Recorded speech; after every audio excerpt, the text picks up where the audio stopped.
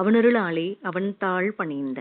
இன்றைய தினம் வசந்த நவராத்திரியின் 6வது நாள் கனகதாரா சூத்திரத்தின் சிறப்புகளை பத்தி தான் நம்ம இன்னைக்கு பார்க்க போறோம்.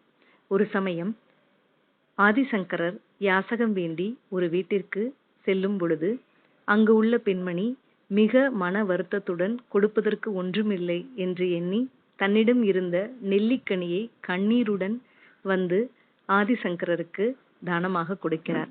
அந்த சமயம் ஆதிசங்கரர் கேட்கிறார், ஏனம்மா கண்ணீர் விடுகிறாய் என்று.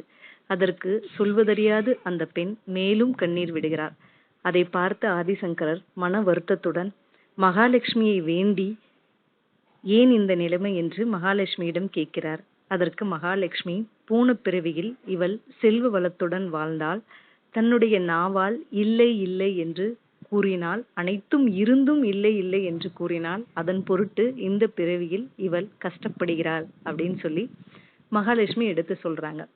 இதை கேட்ட உடனே ஆதிசங்கரர், இதுக்கு என்ன விடை நீ சொல்ற அப்படின்னு சொல்லி மகாலட்சுமிகிட்ட கேட்கும் பொருட்டு மகாலட்சுமி அவங்களுக்குடைய இந்த கனகதாரா சூஸ்திரத்தை பாராயணம் பண்ணா அவங்களுக்கு செல்வ வளம் கிடைக்கும் அப்படின்னு சொல்லி மகாலட்சுமி சொன்ன இந்த ஆதி சங்கரருக்கும் எடுத்து சொன்ன நிகழ்வு தான் இந்த கனகதாரா சூஸ்திரம்.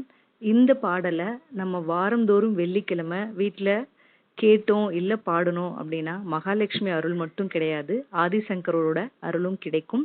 நெல்லிக்கனி ஏன் மகாலட்சுமிக்கு சிறப்பு மிக்கது அப்படின்றது இந்த விஷயத்துல உங்களுக்கு தெரிஞ்சிருக்கும். மகாலட்சுமிக்கு நெய் தீபம் மட்டும் இல்லை, நெல்லிக்கனியில தீபம் ஏற்றுவதும் மிகவும் சிறப்பு. இந்த வாய்ப்பை பயன்படுத்தி இந்த கனகதாரா சூஸ்திரத்தை கேளுங்க, முடிஞ்சா பாடுங்க.